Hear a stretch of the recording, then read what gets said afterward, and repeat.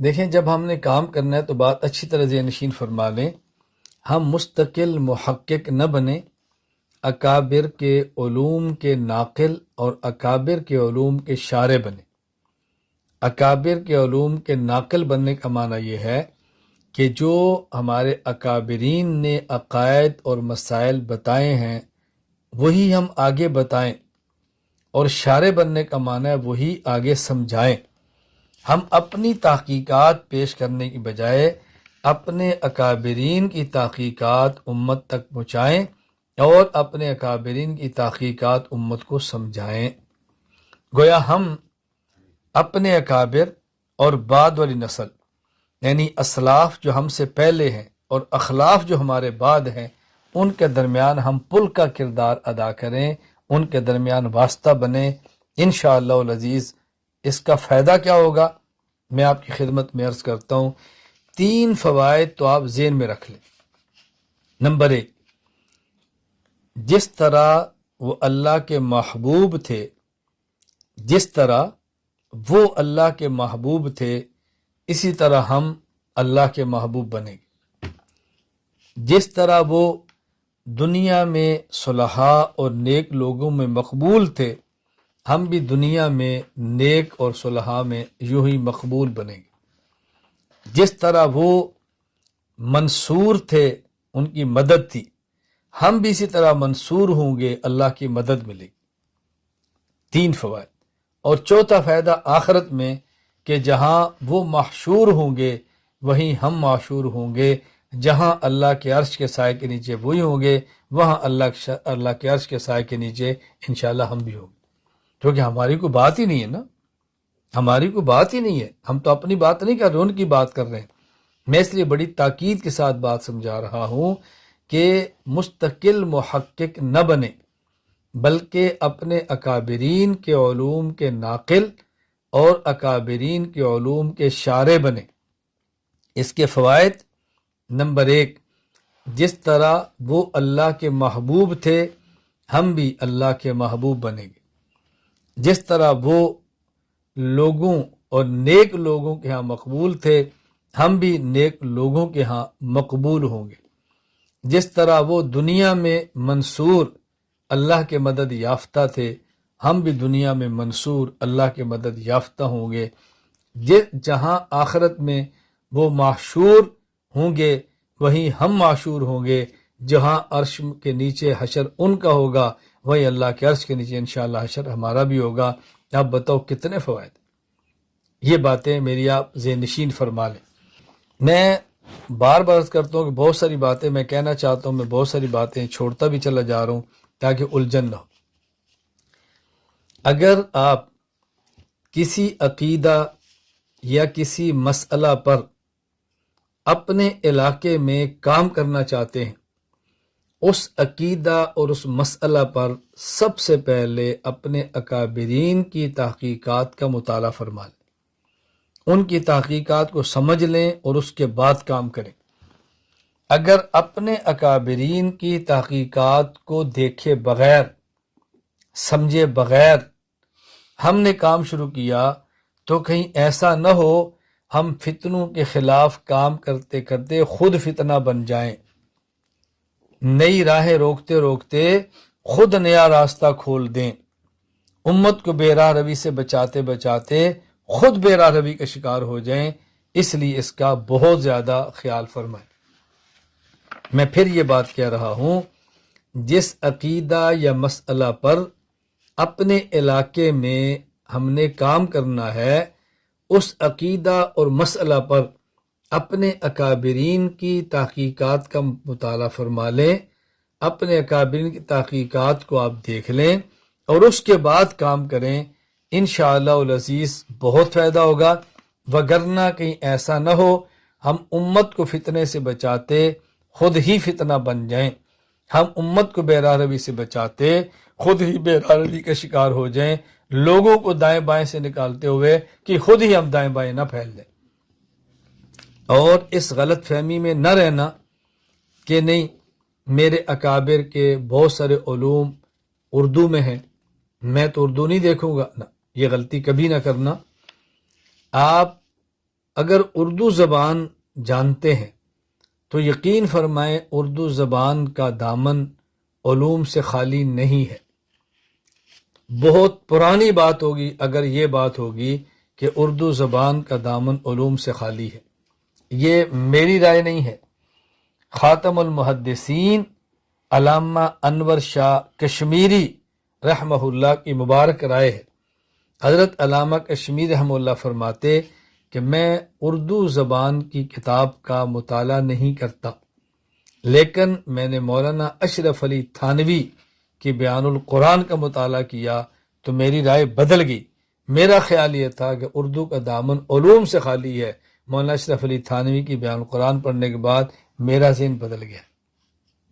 اب ظاہر ہے یہ ذہن تب بدلے گا نا جب آپ حضرت تھانوی کی بیان القرآن پڑھیں تو صحیح۔ میں اگر آپ کی خدمت میں عرض کروں نا کہ بیان القرآن میں کیا علوم ہیں تو آپ تشش کر اٹھے۔ بیان القرآن جو کہ عوام کے لیے لکھی گئی ہے، اس کے بیشتر مقامات ایسے آ جاتے ہیں کہ میری سطح کی صلاحیت رکھنے والا ایک عام عالم اس اردو زبان میں لکھے جانے والے مقامات کو بھی پڑھنے سے قاصر ہو جاتا ہے۔ تو آپ بتائیں اس بیان القرآن کے اندر کیا علوم ہوگی؟ میں کبھی اس پر مستقل بات کروں نا، پہلے ایک آیت پڑھوں، پھر اس پہ اشکالات پیش کروں، پھر بیان القرآن سے اس کا جواب پیش کروں، تو آپ سمجھ جائیں کہ حکیم الامت تھانوی رحمہ اللہ نے کیا کیا۔ ارے اور ساری باتیں چھوڑ دیں، مجھے آپ بتائیں بانی دارالعلوم دیوبند مولانا محمد قاسم ننوتوی رحمہ اللہ تعالیٰ کے وہ علوم جو اردو زبان میں ہیں، آپ ذرا اس کو پڑھیں، پھر سمجھائیں، پھر میں دیکھتا ہوں کہ آپ کیسے کہتے ہیں کہ اردو زبان کا دامن علوم سے خالی ہے۔ آپ ذرا پڑھیں نا۔ یعنی تعجب یہ ہے کہ حضرت مولانا محمد قاسم ننوتوی رحمہ اللہ کی کتب کو اس بنیاد پہ پڑھنا چھوڑ دیا گیا ہے کہ حضرت کی زبان بہت مشکل ہے اور سمجھ نہیں آتی۔ بحمد اللہ تعالی میں نے حضرت کی زبان کو سمجھانے کی کوشش کی ہے۔ آپ اندازہ فرمائیں صرف ایک کتاب سے کہ حضرت مولانا محمد قاسم ننوتوی رحمۃ اللہ علیہ کی تحذیر الناس کتاب ہے، اس کتاب کی ایک عبارت کی بنیاد پہ ایک بہت بڑا طبقہ پوری دنیا کے علماء دیوبند کو خارج از اسلام کہہ رہا ہے۔ اب بتائیں اس کتاب کا مطالعہ کتنا ضروری ہوگا۔ اب ہم اس بنیاد پہ اس کتاب کو نہیں کھولتے کہ اس کتاب کو پڑھنا اور سمجھنا بڑا مشکل ہے۔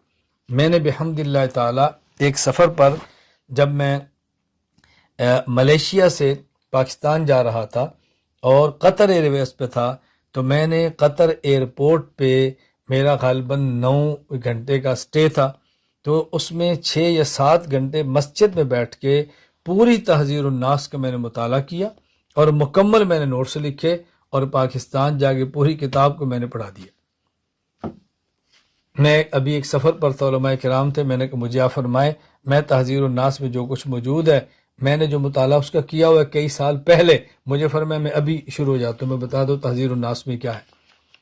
ہم نے حضرات اکابرین کتابوں پر محنت کی ہے۔ میں یہ عرض کر رہا ہوں کہ اس بات کا بہت زیادہ خیال فرمائیں کہ ہمارے اکابرین نے بہت کچھ کیا ہے۔ میں کیا آپ کی خدمت میں عرض کروں۔ میں ایک بات کی وضاحت کرنا چاہتا ہوں، اچھی طرح سمجھ لیں۔ جو اس وقت لوگ میڈیا پر موجود ہیں اور ان کا تعلق اکابر علماء دیوبند کے ساتھ نہیں ہے یا وہ علماء نہیں ہیں اور وہ کام کر رہے ہیں، وہ ٹھیک یا غلط میں اس پہ بحث نہیں کر رہا۔ میں صرف یہ عرض کر رہا ہوں کہ میڈیا پر ہیں، علماء نہیں ہیں اور کام کر رہے ہیں۔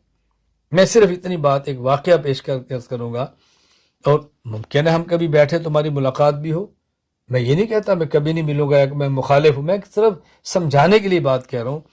میں ملیشیا سفر پر تھا تو وہاں مجھے بعض احباب نے کہا کہ مولانا صاحب آپ بھی ادھر ہیں، ڈاکٹر ذاکر نائک صاحب بھی ادھر ہیں، تو کیا خیال ہے آپ کی ملاقات نہ کرا دیں؟ میں نے کہا جی کرا دیں۔ تو مجھے کہتے ہم ان سے رابطہ کر کے وقت لیں؟ میں نے کہا نہ لیں۔ تو مجھے کہتے ملاقات کیسی ہوگی؟ میں نے کہا مجھ سے پوچھ لیں کون سا وقت مناسب ہے، میں ڈاکٹر صاحب کو بلا لوں۔ اب وہ آنکھیں کھول کے دیکھنے لگا یہ کیا ہو گیا۔ میں نے کہا میں آپ کو برا نہیں کہتا، کیونکہ آپ کے ذہن میں ان کی شخصیت ہے، تو آپ مجھے فرما رہے ہیں میں ان سے وقت لے لوں؟ آپ دیوبندی عالم ہیں، اگر آپ کے ذہن میں اپنے عالم کی قدر ہوتی تو آپ ان کو ترغیب دیتے کہ میں آپ کے مولانا صاحب سے ملاقات کرا دوں۔ دیکھیں نا کتنا فرق ہے ذہن میں نے کہا اس کا معنی یہ نہیں میں خود کو بڑا سمجھ رہا ہوں، اچھی طرح بات سمجھ لیں۔ مجھے کہتے جی آخر وجہ، میں نے کہا آخر وجہ یہ ہے کہ ڈاکٹر صاحب کیا کام کرتا ہے میں اس سے بحث نہیں کرتا، کیا غلط ہے کیا ٹھیک ہے میں اس پہ نہیں کرتا، میں اتنی بات کہتا ہوں کہ جو کچھ ان کے پاس موجود ہے وہ سب ہمارے اکابر کی کتب کا مطالعہ ہے۔ جو غلط باتیں ہیں میں وہ بات نہیں کر رہا، جو وہ مطالعہ کر کے لگے ہوئے ہیں، بہت سارا مال ہمارے اکابر کتب سے لیے، تو کون سی ایسی چیز ہے جو ان کے پاس دلیل کے طور پر ہو اور ہمارے اکابرین کے پاس موجود نہ ہو؟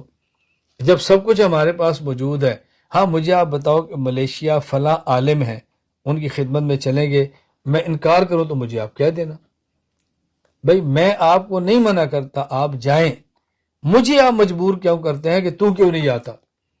میں آپ پر اپنی پالیسی مسلط نہیں کرتا تو آپ اپنی پالیسی میرے اوپر مسلط کیوں کرتے ہیں؟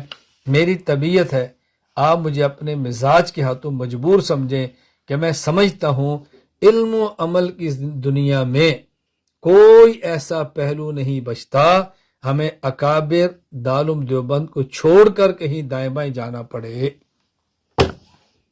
کوئی ایسا پہلو نہیں بچتا کہ میں دائیں بائیں جانا پڑے۔ کوئی جاتا ہے تو 100 دفعہ جائے، میں اس کو منع نہیں کرتا، میں ہی سمجھتا ہوں کہ کوئی ایسی چیز موجود نہیں ہے جو ہمارے اپنے اکابرین کے پاس موجود نہ ہو، اس لیے ہم دائیں بائیں نہ جاتے ہیں نہ دائیں بائیں ہم دیکھتے ہیں۔